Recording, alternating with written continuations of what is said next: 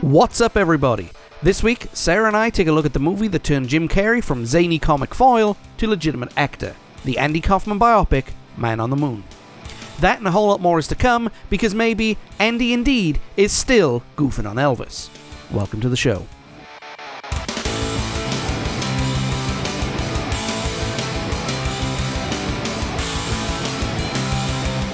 I don't even know what to say about that one, because Andy is still goofing on Elvis. Of course, that also means that you have to accept that Andy Kaufman is still alive and working in a Burger King in the Bahamas. Oh, with Elvis as his manager. Either as his manager or, like, you know, he's the regional sales guy, regional franchisee owner who shows up every now and then, you know, with a sleazy jacket to make I'm down. Breakfast. No. Hell yeah. Bedazzled to shitting back. Oh, yeah. Let's do it. Yes. Hi, everybody. What's going on? We're like 30 seconds in and you're already having to bleep me. It's one of those days. It's okay. They like to bleep R2-D2 with every line he said in the bloody movie. That's so, okay. You know, hope everybody's doing well this week. I'm joined by Sarah once again, and we are going to be talking about one of the most underrated movies of the 90s, and we will be talking about that here in just a minute. But guys, before we get started, guys and gals, I should say, before we get started, check us out on our social media, Facebook, Twitter, Tumblr, and Instagram. Just look up Because Maybe Network. Look up our YouTube channel, bit.ly/bmnetwork-youtube. That's where we have all of our video game walkthroughs, streams, and so on and so forth. And of course, while you might be listening to this on a podcast stream, we might not be your favorite. So go find us at your favorite, either Apple Podcasts, Spotify, Podbean, iHeartRadio, Stitcher Radio, or TuneIn. Look up Because Maybe... not even Because Maybe Podcast. Look up the 90s podcast. That's where you'll find us. But we're not on Google because Google still sucks. So... Google thinks we still suck. Let's start off as one line in the first episode, and like I've used that on everything I've recorded so far. Yes. Google is a great platform for YouTube. Google is a great platform for search engine. It's yes. just podcast platform leaves a lot to be desired, and that's all I want to say about that. So, so it's been a couple of weeks since we spoke to you. Do you want to write this week, Sarah? I'm okay. You guys have to bear with me. I am fighting off a little bit of a cold this morning, so if I seem a little, you know, out of it, it's not because I want to be. Trust me. Well, you know, it is what it is. You have man flu, which is weird because you have no man. I have chesticles, not testicles. Chesticles, not testicles. That's right. Oh, my word. So, I want to briefly speak about something before we jump in, right? And this kind of ties into what we're going to be doing in the next couple of months. As we mentioned a couple of weeks ago, we're going to be doing something called the Soul Section, which is a TNG podcast. But as we have been recording, the first couple of episodes of Picard have been released. Yes. And it makes me cuss the fact that I don't watch that much television, apparently. Right. We haven't dove into it yet. Partly because we don't want to watch like a bunch of animals. Well, and also because we already have like 7,000 streaming services, and you have to add CBS to get Picard, and we haven't done that yet. Well, you know, what do we need to get rid of? Because we have like eight of them. We don't need to get rid of Netflix. No. Do we use Hulu? Yes. Do we use Hulu? Not do our children use Hulu? They ain't paying rent. They get what we get, damn it. But no, apparently it's a damn good series, and even at 80 plus years old, Patrick Stewart is knocking it out of the park. Yeah, he's Patrick Stewart is amazing. He is amazing. He is awesome. So we're going to end up getting sucked into Picard. Oh yeah, definitely. And we'll probably do a podcast episode on that. Not necessarily a whole podcast series. Then again, if it's as good as TNG, maybe, you know, possibly. Maybe 30 years down the line, you'll be listening to our son-in-law and our daughter-in-law and our son. You know, just going ahead talking about it. But that's for then. This is for now. So guys, again, we are on social media. Check out Facebook, Twitter, Tumblr, and Instagram for the Because Maybe Network. Look at bit.ly/bm/bmnetwork-youtube. I was trying to do it with my eyes closed, couldn't do it this time. And of course, we're on all great podcast services: Apple Podcasts, Spotify, Podbean, iHeartRadio, Stitcher Radio, and TuneIn. Yes. And I didn't even make the comment that Google sucks this time. Isn't it fantastic? So, so we're going to go ahead and get in, and we're going to be talking about one of the most underrated movies of the 90s, and there's a little thing that I want to be talking about during that, because when I made the notes, I found this hard to believe. Review Corner, the big screen. Alright guys, so this week And the reason I'm taking it slow is because, well, you'll see why here in a minute. It is the 1999 biopic of the great Andy Kaufman, Man on the Moon, as you can hear in the background, a little background music. This movie right here is one of my favorite movies of all time. Yes. And it stars the twin patron saints of the podcast. Oh, we have two now. Mr. James J. Carey and Mr. Courtney L. Love. Oh, Mrs. Courtney L. Love, I should say.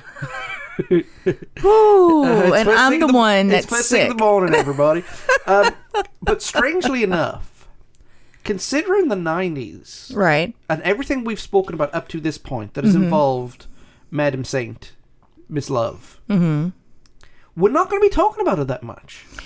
Not really, no. This is very, very, I don't want to say devoid of any Courtney-ness, but... It's very Jim-centric. And not only that... It's very Andy-centric. Yeah, it's very Andy-centric, and we'll get to that here in a minute, but like during this, Courtney was on her best behaviour.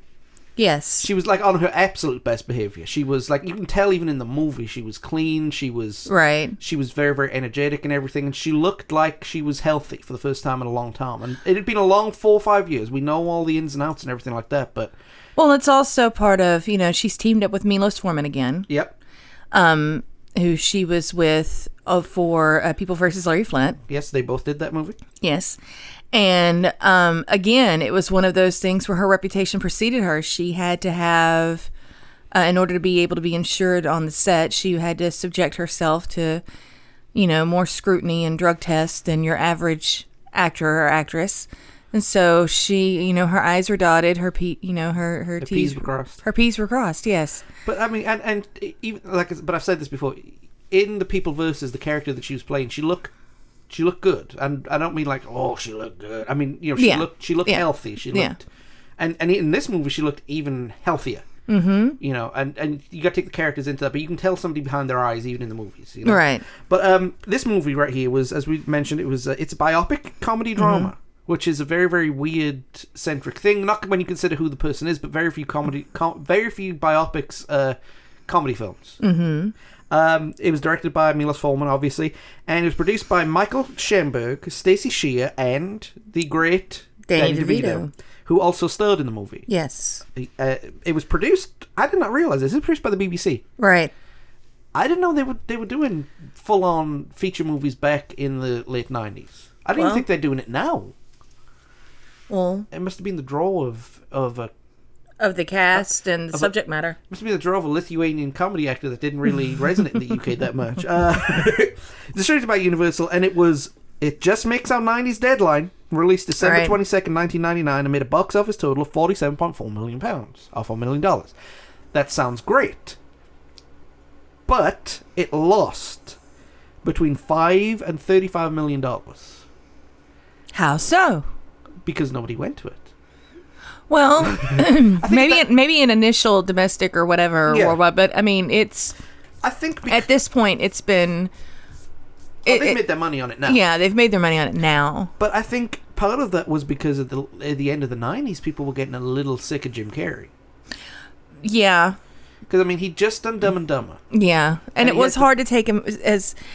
Was this before or after Eternal Sunshine? Oh, this is way before Eternal Sunshine. This is after The Truman Show, though. But the thing is, he did Mask, Ace Ventura, Dumb and Dumber back to back to back to back. Then he did The Cable Guy, which kind of, everybody on him. He got everyone back with The Truman Show. And then he went back and did Liar Liar, which is a really, really fun movie. But, like, nobody took him seriously as anything more than the rubber-faced comic who could pull faces. And I think combining that with Courtney Love, who had her reputation, people just didn't want to do it. Well, that and Andy's a niche subject. Yeah. I mean, really. Yeah.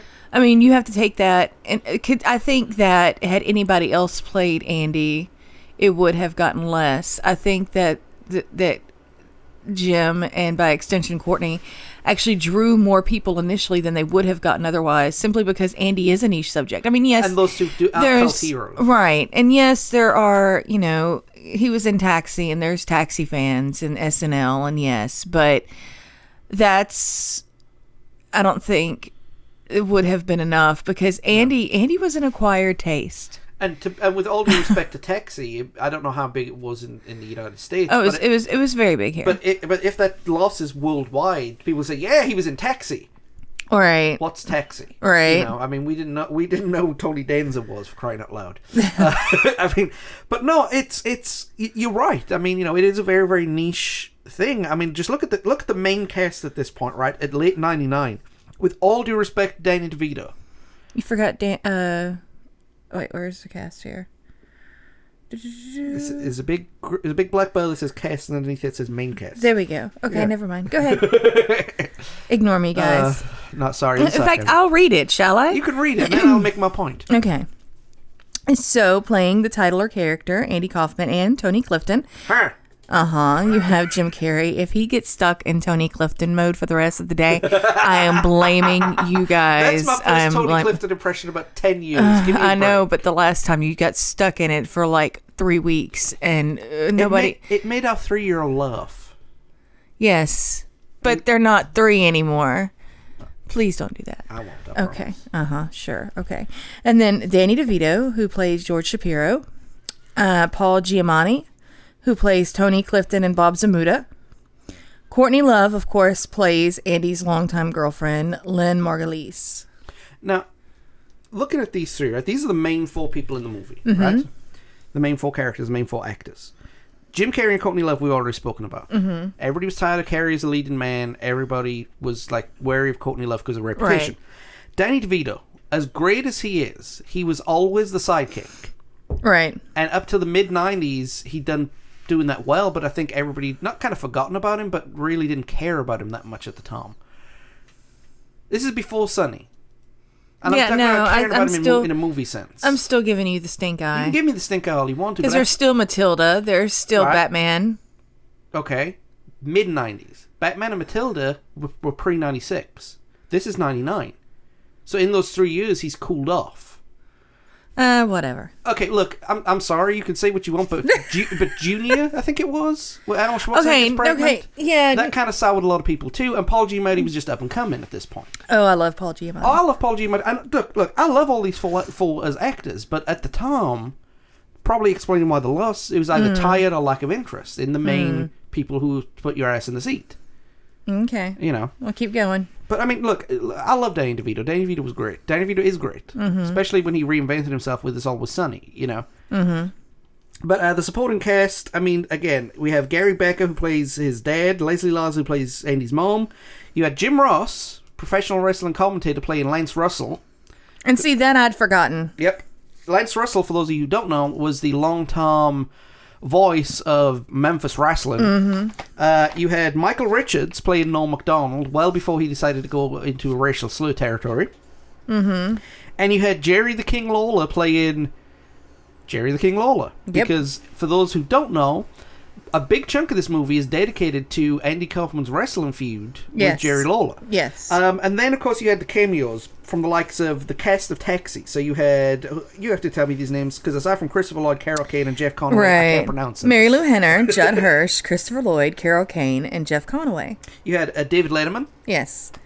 which is the only the only guy who didn't like alter his appearance for the movie.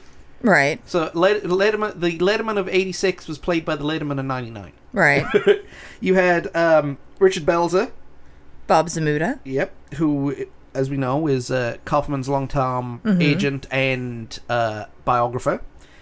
George Shapiro, who was his longtime manager, and Lorne Michaels, the brainchild of anything comedic you saw on NBC, I think ever for a long time at least. Isn't anyway. he the CEO? I think Or not the CEO, he's but the head of comedy. Yeah, or programming. The head of something like that. Yes. The last time I saw him, he was getting crushed by a piano in 2.5 Men or something like that. Yeah. Trying to be a smart ass, you know. Yeah. But no, okay. So what is? I mean, first let's take a look at the cast for a minute, right? Jim Carrey became the embodiment of Andy Kaufman, which we will definitely get to here in just a few minutes. Yes, he's a big method actor. But everybody else, I think, fit that part very, very well. Yes. Even the people, even the people who were well known, who were supposed to be someone else. I mean, okay, Jim Ross, for example, played a big role playing a wrestling announcer from Memphis, but everybody knew Jim Ross at the time as the announcer for the biggest wrestling TV Right. show in America at that time. Right. And you bought him as playing someone else. Right. And I think that was one of the strengths of this movie is every single person you bought as the character. They bought into the character, and then you bought into the character. Right. I mean, it was cast beautifully. The only casting that didn't happen was Danny DeVito didn't reprise his role in Taxi. Because he was already he playing. was producing it and playing under the pilot Right. there. So it's like, okay, I'm not going in there. I can't do that. So let's very, very quickly go through the plot of the movie, and then we'll talk about why this is so interesting, okay? Okay. So, Andy Kaufman is a struggling comic in New York whose comedy style is basically fooling his audience. And he has a character called the Foreign Man. That's what got his attention. Right. This catches the eye of Agent George Shapiro, who's Danny DeVito, who helps get Andy's career on track and gets him a lucrative new job on a TV show called Taxi. Andy Kaufman dislikes the sitcom life and takes a menial job as a dishwasher while appearing on this new TV show called Saturday Night Live. Okay. And then Andy Kaufman introduces George Shapiro to Tony Clifton, who wants to get into a guest role on Taxi. Clifton is rude, arrogant, obnoxious, and is removed from the set. Shapiro learns that Clifton is Kaufman, as well as Andy's friend and comedy writer Bob Zmuda, who encourages Kaufman's antics, and Zmuda is played by Paul Giamatti. Yes. Kaufman then takes his talents to the world of wrestling, where he becomes the intergender champion of the world, where he meets Lynn Margulies, Courtney Love, sorry, I can't pronounce that name. Margulies, excuse me, who he falls for, as well as embarking on a memorable and violent feud with wrestling legend Jerry the King Lawler. After a match where Lawler injures Kaufman, he then assaults him on the David Letterman show, and but it is revealed that Lawler and Kaufman are friends, working this program together as a combination of Kaufman's antics and wrestling secret society known as kayfabe. Yes. In 1983, after Kaufman and Lynn move into a new house and the cancellation of Taxi, Kaufman discovers that he has cancer. But his friends and confidants don't believe him because he's Andy Kaufman, and due to his pranking nature. This leads to him booking Carnegie Hall for a serious show and taking the audience for milk and cookies. In a final bid for his health, he hits the Philippines, only to realize he's been on the end of the scam for once, and it finally accepts its fate. So 1 year after his death, after his funeral, Tony Clifton appears on stage in a tribute to Kaufman. However, Bob Zmuda, who also plays Clifton in the same time as Andy, appears in the audience, cheering, hinting that Kaufman could have actually faked his death, which is the biggest rumor in the history of everything. Yes. And that's the thing, that's the key. That was the saddest part of the movie. Nobody believed that he was sick, because he joked that he could fake his own death and get publicity for it. And, it was really, really good acting at that point, because Jim Carrey, look, you can say what you want about Jim Carrey, but Jim Carrey is a fantastic actor. And one thing I've learned is that comedy actors always do serious acting, really, really well because of the comic timing. Right. And they know when to turn it on, turn it off, and where the line is, and so on and so forth. And I think that, Jim Carrey embodied Andy Kaufman, or did he? Now, this is the thing, right? Jim Carrey is a method actor. Yes. When it comes to his acting roles. Yes. Now, when he became Ace Ventura, he didn't walk around shadowing a pet detective talking out of his ass all day. Right. But when it came to his serious acting roles... Like Truman Show, until 23, I think it was called. Yeah. Cable Guy, he studied all aspects of the character, and he tried to embody the spirit of Andy Kaufman. Now, he tried to embody the spirit of Andy Kaufman that he knew. Right. This is the Andy Kaufman that a lot of people say that Bob Zemeckis tried to foster off onto the world. Right. So, when it came to the movie, right, Nick Cage was actually the favorite to be Andy Kaufman. That just does not sit well with me. Not only that, but I don't think Nick Cage has got the range to do it. No, I mean, he's got the range. It just, it doesn't sit. No, put the bunny back in the box. No, it just didn't work. But Jim Carrey and Nicolas Cage were close friends up until this point, because you know what he did? Okay. Dinner one night. They had dinner together. And Cage was talking about this opportunity to play Andy Kaufman, but he's got to go audition for it. And Jim Carrey basically said, "You're Nick Cage. Why have you got to audition for anything?" And Cage decided not to audition. It's only when he found out that Jim Carrey not only took his audition spot from him, but did things like he bought props of that Andy Kaufman used. Like the balls that Carey used in his audition were used by Andy Kaufman. Now, Carey was a big Kaufman fan, obviously, but like telling Nick Cage, you're Nick Cage, you don't need to audition, and then auditioning in his stead is kind of... It's kind of an It is kind of an asshole. And Jim Carrey is an asshole. Yeah. He is an asshole, he'll tell you he's an asshole. So, when he got the part, right, he started researching what he knew of Andy Kaufman. Now, from my understanding, is not much is known about Andy Kaufman aside from accounts from his friends. But the big amount of Kaufman narrative out there was put out there by his agent and his comedy writer, not Shapiro, Zmedas, right? The guy who did Tony Clifton with him and everything like that. And kind of built this mythology of Andy Kaufman that was very, very, you know, what's the best way to say this? Every life is better if it's fictionalized. Right. I mean, Kaufman had a great life and a unique story, don't get me wrong, but a lot of the things that were put in this story, according to a lot of people, were fabricated. Well, I don't think so much fabricated, so much as... Exaggerated. Yeah, embellished. I mean, Jim Carrey only wanted to be referred to as Andy on the set. Mm-hmm. And he would act in the destructive, awkward manner that everybody thought Andy Kaufman was. Right. But the problem is...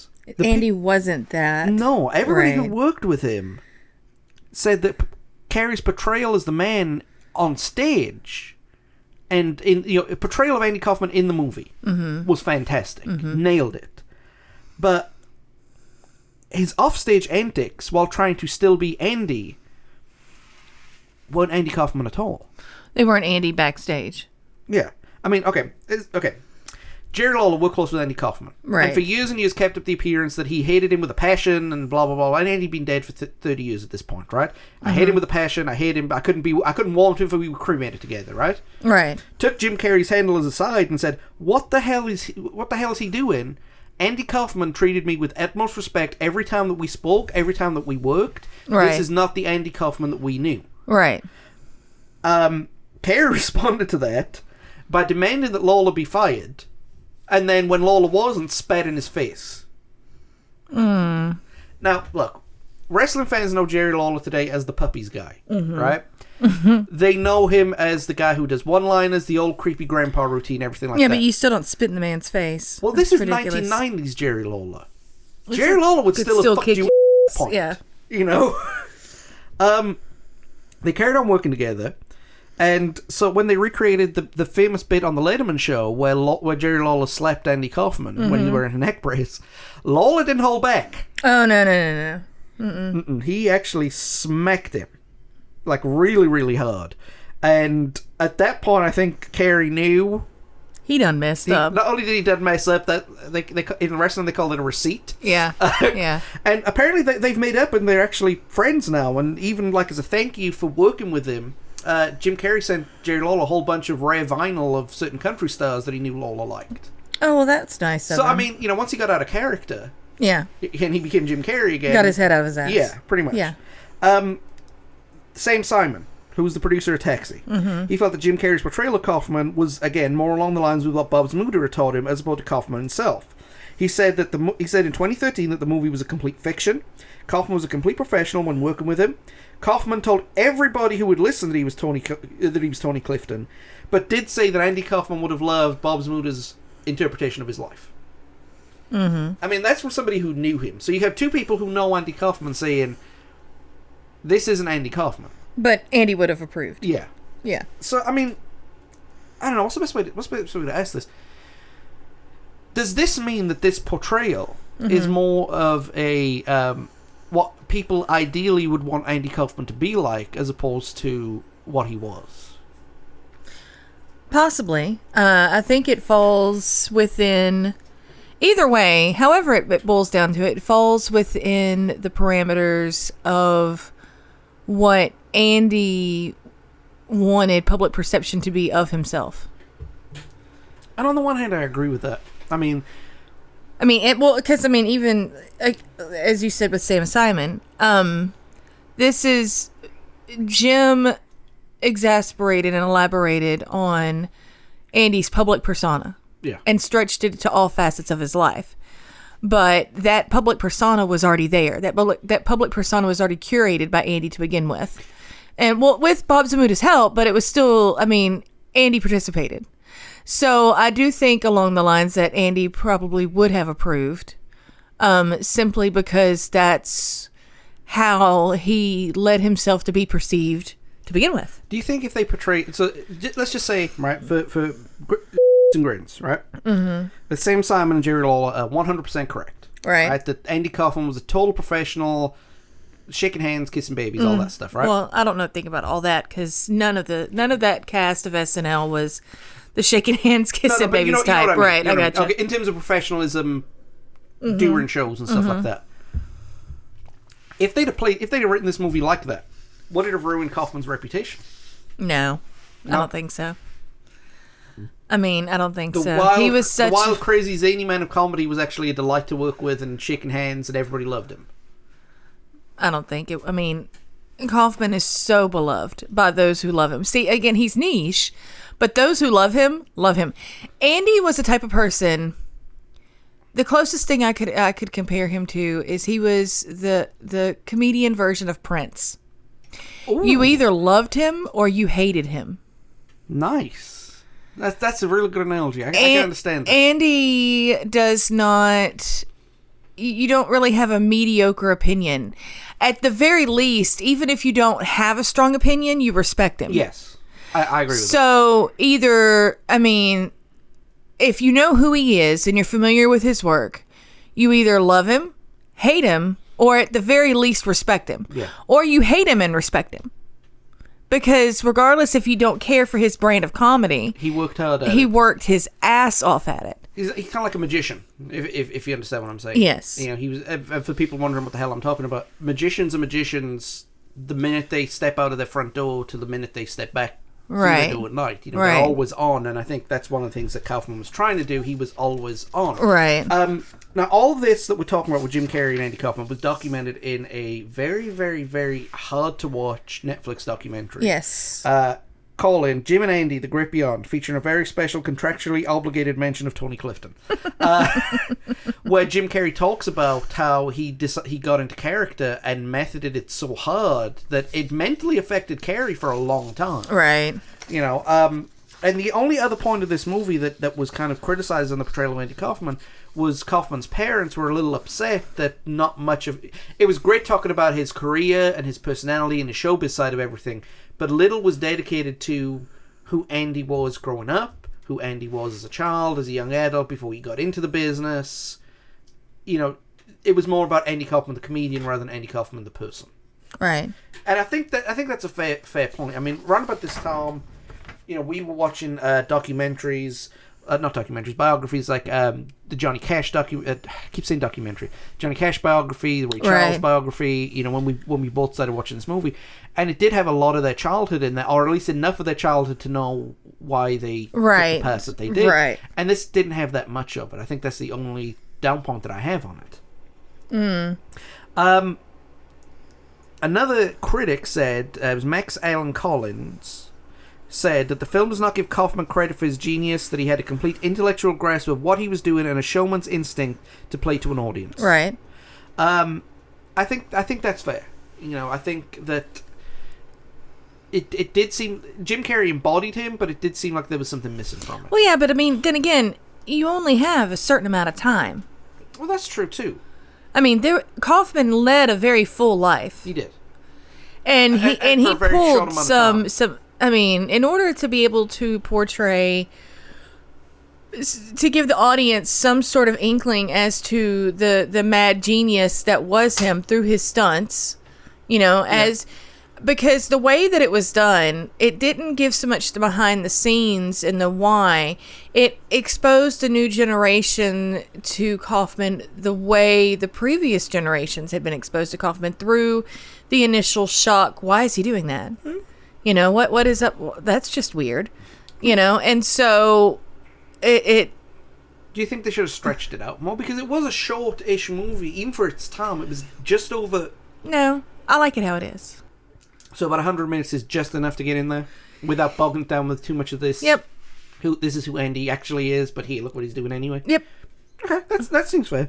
That's why I think, again, he would have approved with how it was laid out, because it's a very... It keeps the mystique. Yes, and Andy fought for that. I mean, if Andy wanted the public to know what he was like backstage, he would have carried that persona on stage. And other than the milk and cookies incident, you never saw that side of Andy publicly. Well, that's true. That's true. I mean, but Andy Kaufman was not a strange character, but a very, very intense character. Yes. And I mean, so intense that after Jim Carrey was done with the movie, it was tradition if you had like a music video associated with the thing that you do, because this is about the time where pop music where movies had like a pop music theme song, right? For example, the Tomb Raider movies used the U2 track Elevation, and they put like the Edge in certain scenes in the movie. Yeah. And some things had the actors show up to do something in the music video. Right. Jim Carrey wanted nothing to do with anything to do with this series. Yeah, he was done. Yeah, he was done. Not because he disowned it, but because he needed to mentally he step couldn't away. do it anymore. Moving on to timeline real quick. A lot of the events in this movie are correct, but they're like really, really out of sync to play to a narrative. Well, again, anytime that you... I mean, yeah, you got to fictionalize anytime you cinematize anything, it has to be... Because, I mean, a lot of the events played up like there was a lot of drama at the end of Andy's life, and it kind of wasn't like that. Okay, so here's a movie lesson, guys. Movies have certain beats that they have to fulfill, right? So there's, you take however many, if you look at a bunch of different movies side by side, they, at certain points in the movie, they depict certain things. Usually around minute 60, this happens, or, at minute 90, this happens, or whatever, right? Scene 1 is set up, scene 2 is tragedy, scene 3 is triumph. Right. So things have to be done out of order in order to be able to tell the story, but to hit all of those beats. Yeah. So. And one of those things, for example, is the milk and cookie scene. Right. He played Carnegie Hall, the stage that he wanted to play at, and then took his fans out for milk and cookies after his tragic diagnosis of bladder cancer. Right. That's not what happened. Well, what happened? Well, the milk and cookie scene was actually at the height of his popularity in 79. So this is like Saturday Night Live, Taxi, crazy Andy Kaufman era. Takes everyone out for milk and cookies. Right. The infamous scene where he's voted off Saturday Night Live. It wasn't done by Lorne Michaels, who had already left Saturday Night Live at the point where this was done. Andy Kaufman got on stage at Saturday Night and said, "Look, if you want to keep me on, dial this number. If not, dial this number. Ha ha!" And they voted him off. Mm-hmm. So it was like, oh. And the intention was they were always going to bring him back. Right. But in the story, it was, no, they voted you off. You could never go back. This is heartbreaking for you. Right. As we mentioned, little of his childhood is shown in this movie. And I think they got some of the cast of Taxi wrong for the time period. Because I know Taxi had like 1 or 2 different iterations. Oh no, the main cast that he was in. The thing about it is, it's the cast. Taxi. Yes, right. The cast of Taxi was done correctly, but you also have to remember that this was in the early stages of CGI, and they really had to. No, I'm dead serious. They had to de-age all of these people. And Christopher Lloyd looked terrible. And yeah, I think they only had so much budget for that. I mean, that's fair enough. So let's go on to the film itself for a minute. All right, hit it. Okay. This is not the first biopic we've covered on the 90s podcast, and it's also not the first one that was done by Milos Forman. Correct. He did previous episode subject, The People vs. Larry Flint. Yes. And brought a lot of those people involved. With him, including Miss Courtney Love. Yes. Now, believe it or not, in all the research that I could find, in all the special interest stuff on IMDb and Wikipedia, and in all the Google articles I could find, very little is spoken about Courtney Love. Yeah. To the point, other than she was in this movie and she worked really hard. Yes. Again, she kept her head down. Which is eyes dotted, T's crossed. It's slightly tragic when you think Peas about humped. it right now. Peas humped. Humped. Oh. Not like that. Good Lord. No, but I mean, which is really, really weird with all the baggage. It's a little out of character. Yeah, at but the not time. only that, even with all the baggage that she had, to be completely upstaged by Jim Carrey. Well, she knew what she was doing, and she worked well with Milos, and Milos could get that kind of performance out of her. And to be perfectly honest, People versus Larry Flint, she was the tragic character. Yeah. She was the one who was left behind, or she was the one who left someone behind. Yeah. And this is the other way around, and this is only 5 years after her husband's death. This could not have been an easy role to play. No. I don't think it was, but at the same time, you could just tell in her eyes that she was enjoying herself. Yes. That she dug into the part. Okay, she was playing the girlfriend, which is not the, right. the ideal role at the time. But I mean... Well, I mean, it was the lead female role. Well, yeah, but I mean, it was still the girlfriend, if that makes sense. And she was still playing with... all that tragedy in her. Well, she's got all that tragedy. And then you also have to understand that that couldn't have been easy for her. I mean, how do you stay sober when Jim Carrey is acting like Andy Kaufman and he's supposed to be your boyfriend? Yeah, that's true. Like, that would have driven me to, like, do something. But, I mean, to be fair, from what I read is that her and Jim Carrey got along. Oh, yeah. And Miles Forman and Jim Carrey got along to the point where the studio wanted to fire him during production. Mm-hmm. And Carey basically pulled the old Bruce Willis line and said, well, who's your second choice for Andy Kaufman? Right. And at that point, everything carried on as normal. Right. And I think that it worked because his directing style was to get the most out of everything using the most outrageous over-the-top things. Because we can go back to People Versus for a minute. Mm-hmm. And Harrelson's performance in there is really, really over-the-top. Right. I think he does really, really well at getting all the emotion out of over-the-top characters, or over-the-top subjects, so to speak. Because Larry Flint is a walk-in over-the-top machine, right? And Andy Kaufman's a comedy god based on his zany wackiness. Well, also to touch base back on why it probably was easy for Courtney to identify with Carey as Andy, and not to diagnose posthumously, because that's a big no-no, but Andy exhibited some, if not autistic, then Aspergerish traits. Especially and in this portrayal. In this portrayal. Some severely Aspie autistic traits. And for those who do not know, Courtney has actually come out publicly and said that she's Aspie. Yep, that explains a lot. And so... And I don't say that in a negative way. No, so it's easier for her to sort of understand where and why.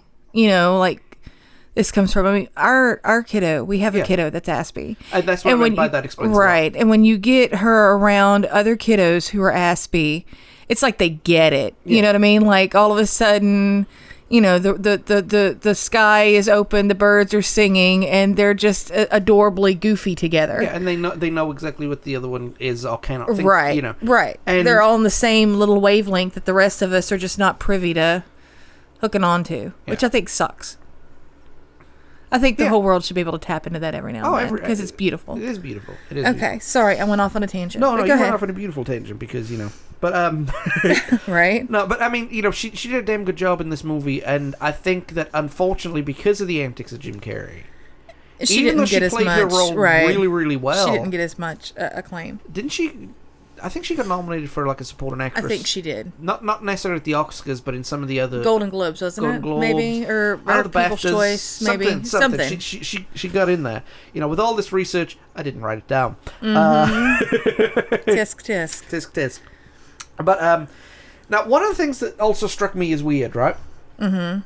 Everybody, we mentioned Christopher Lloyd's horrible CGI job, right? Mm-hmm. And how it was in the early stages... and all that people stuff. Really depended on more makeup than... Yeah. I mean, people they needed all the makeup stuff that they could get. And, everybody who was in makeup, they made themselves either look younger or look, they used makeup techniques of the time, of the 70s and 80s. Right. So it looked authentic. Right. Everybody did that, with the exception of...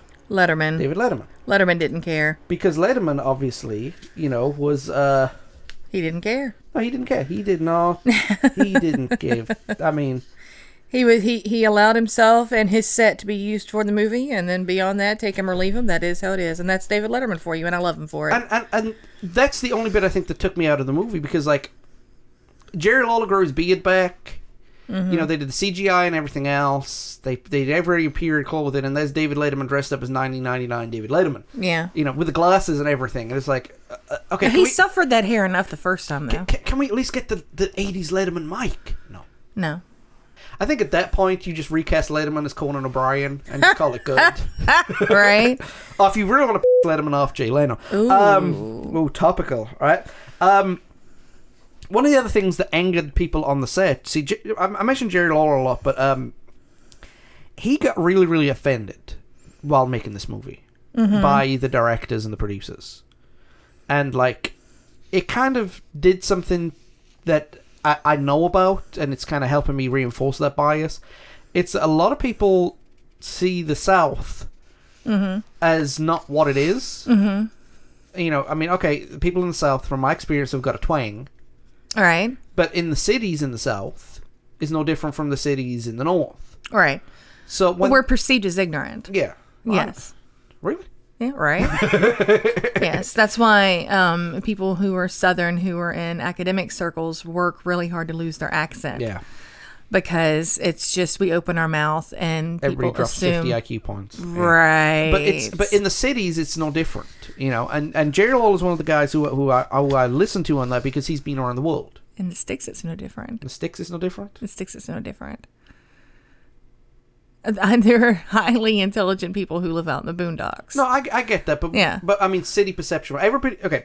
When I mean the country, right? People perceive the country in upstate New York, you know, the farmlands and the fields in there, right?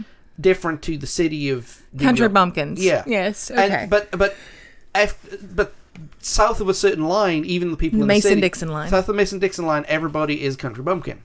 Right. Even if they're in the major cities or right. not. And Jerry Lawler's been around the world, been in every major city you can think of. Right. Shows up to the Mid-South Coliseum, or whatever the Coliseum was, where they did the wrestling performance.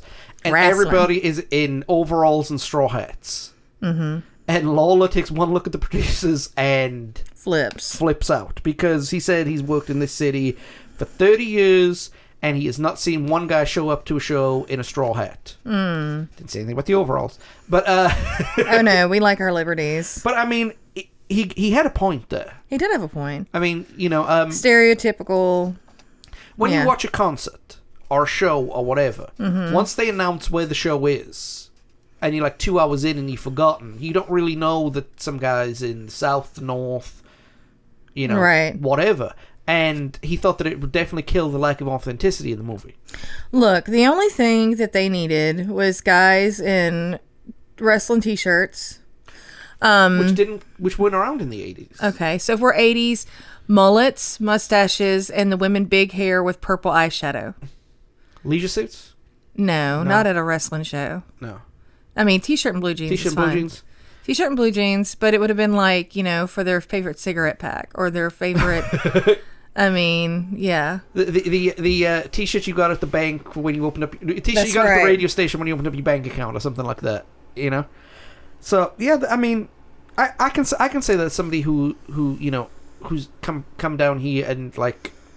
It's only when the road goes from being 4-laned to 1 lane and not necessarily paved all the way, do you get the stereotypical straw hat, yeehaw kind of thing, you know? Right. And that's the same, though, in any state. In any country. Right. You know, I mean, one of my favorite movies is Hot Fuzz. So one of my favorite scenes in that movie is where you get Mr. Filch, right? Right. They go out to the country, and they bring out the guy who can speak his language. And it's like, you know, can you tell me what happened? And then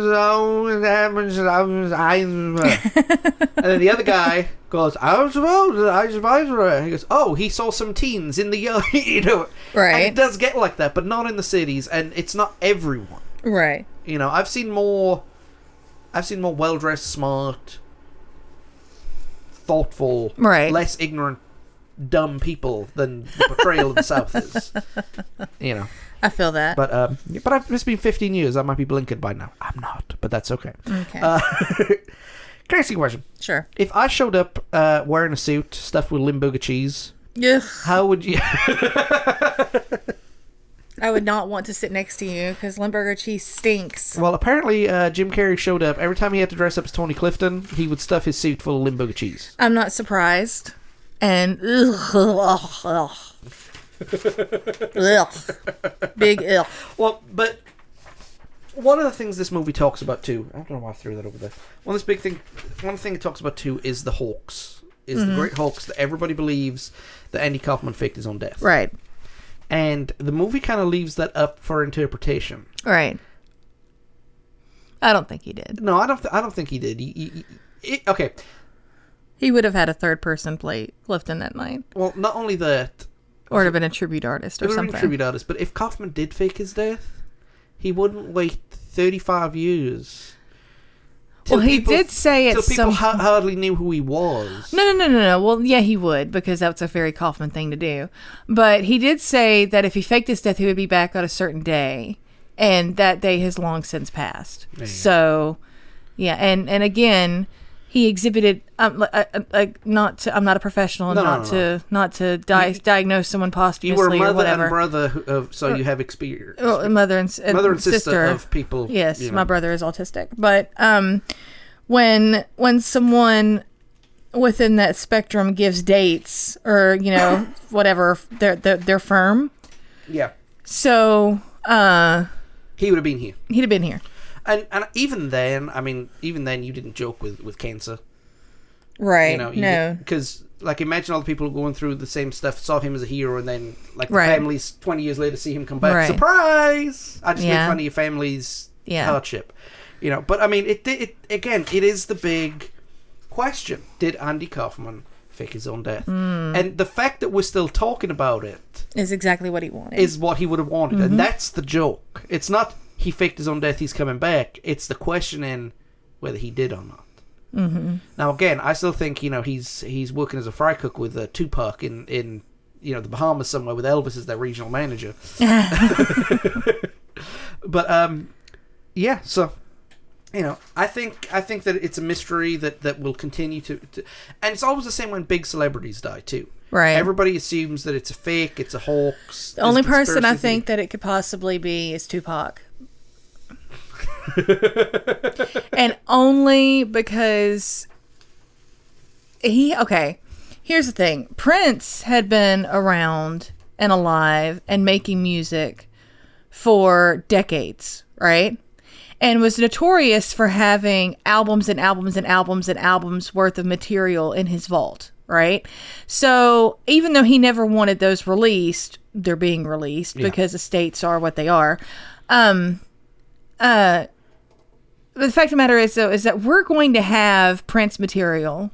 I mean, our grandchildren are going to have newly uncovered Prince material. Okay, our grandchildren's children. Tupac had not been around that long. Not to say that he wasn't prolific, but he hadn't. It was impossible for him to have recorded as much as been. That man's had 10 albums, 10 brand new albums released nobody ever knows post death, and I'm like, whew.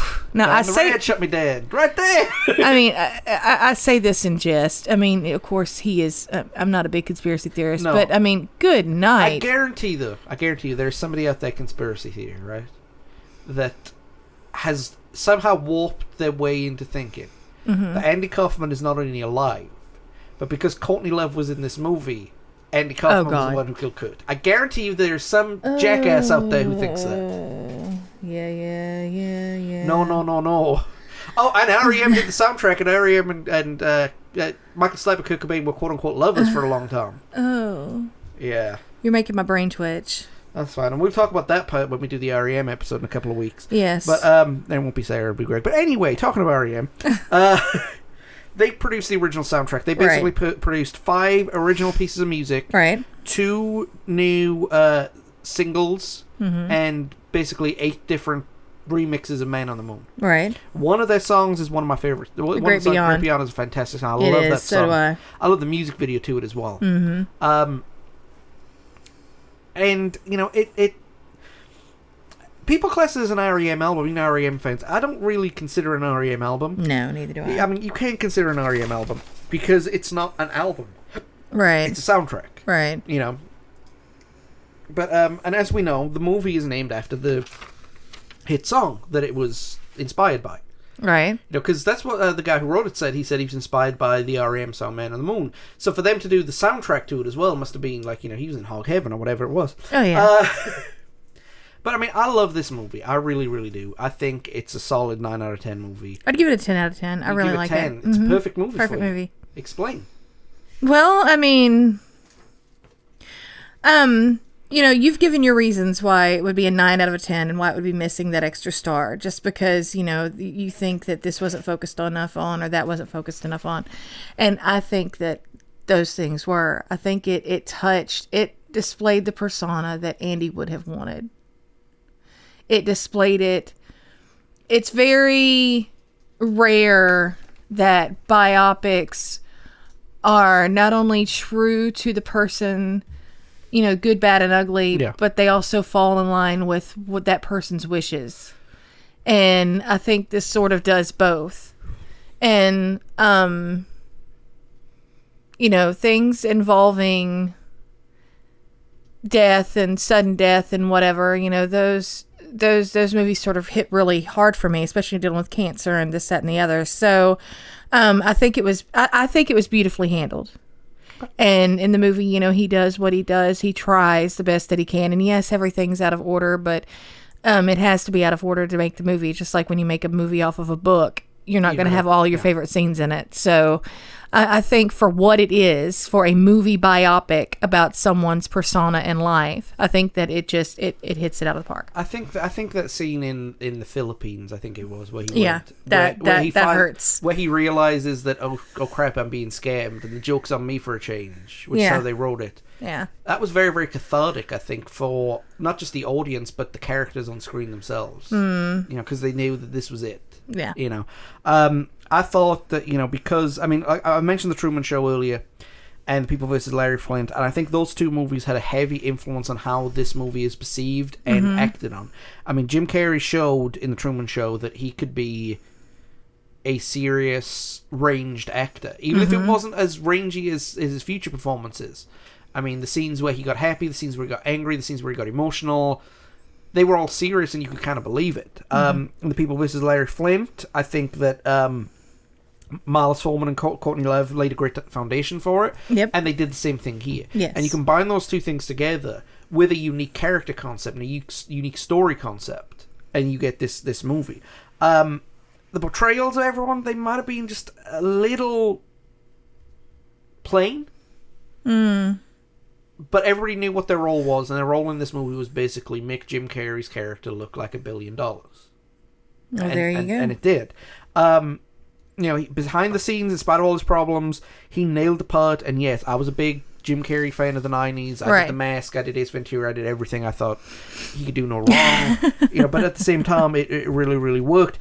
But because of all the stories that have come out in subsequent years, this is taken a biopic and based on a true story to the limit, I think, of how you can use that phrase. Right. But as you mentioned, it's the truth Andy would have wanted and everything, which means that the half-truths, you don't know what's a half-truth and what's a truth, which again this is what Andy Kaufman in a nutshell. Andy Kaufman, yeah. Left, right, and center. So that's our look at The Man on the Moon. Do you have anything else to add other than it's a great song? No. And a great movie? No. I would recommend going and looking it up and watching it, and watching the documentary on Netflix if you can sit through it, because it is a little hard to watch. And I would recommend, if nothing else, streaming after you get done streaming this episode, streaming The Great Beyond and Man on the Moon by R.E.M. because they are fantastic songs and videos. So that's it. And of course, for other works by Miles Forman and other works by Jim Carrey, check out season 3, where we've got reviews of The Truman Show and The People vs. Larry Flint. Yep. So go ahead and check out our thoughts on there, my thoughts on The Truman Show, our thoughts on The People versus. So we will be back here in a few minutes, and again, we'll be back.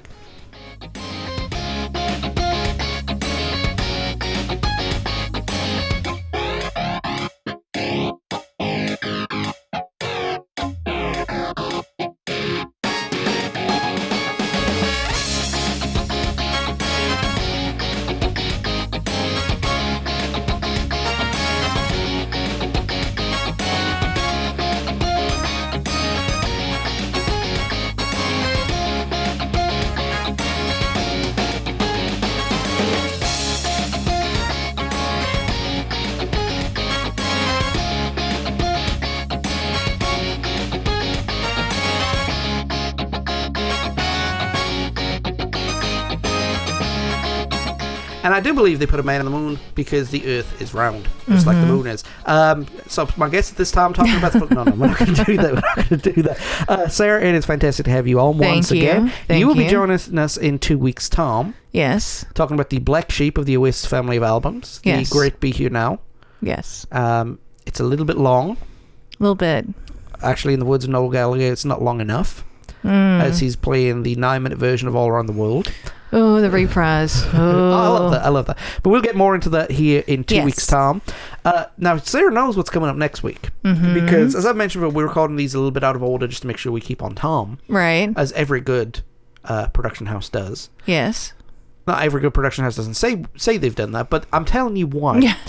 Next week, I'm going to be joined by Greg Gregory. Yes. Greg is coming back, and we are going ahead to talk about 45, that's 45, yes, of the most popular, right, either created or rose to prominence animated shows in the 90s. Right. And me and Greg are going to put them in order. We're going to rank them from great to, oh my god, what the hell. That sounds interesting. Everything from South Park, Arthur, Hey Arnold, the Rugrats, the Powerpuff Girls, the Simpsons, Futurama, Beavis and Butthead, and everything you can think of in between of that. Everything I can think of. Yeah. What about Daria? Daria's in that too. Ooh, what obscure thing? What about the Critic? Critic's in that too. Ooh, you guys really did get everything. We did our research, and you've actually seen the end result. I have. And you looked at me when I showed it to you, and you were like, "What?" Yeah, there's certain things I don't agree with. But you don't know the reason why yet. I know. I'll have to listen. But I'll listen when you guys listen. Yeah, so it's controversial. It is controversial because there's a couple of things I don't agree with, but that's okay. But not only that, the weird part about it is me and Greg were in universal agreement in everything. Wow, that I didn't know. No, well, I say universal agreement by your scale. By our scale that we were judging everything. Yeah. That should be interesting to listen to.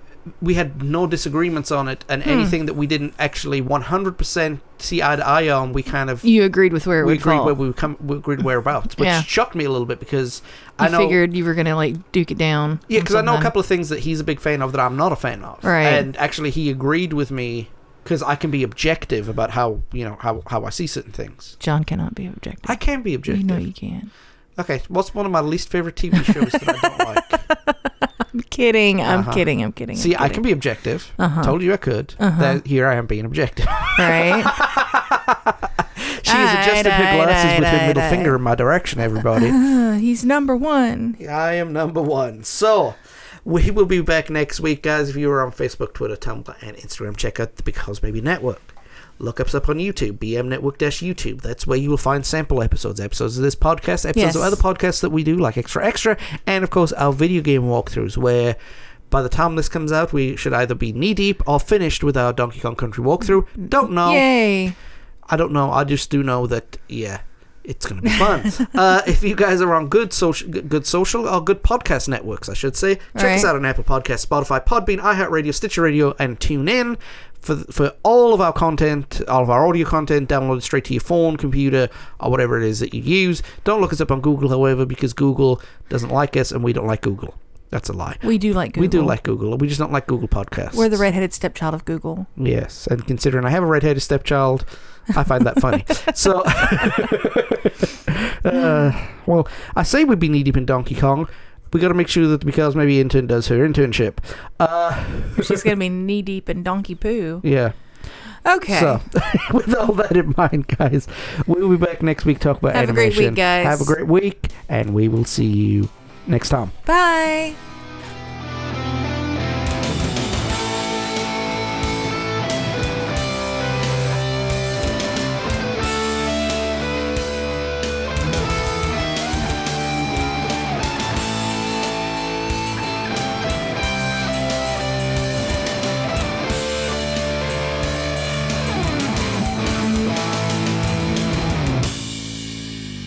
So what that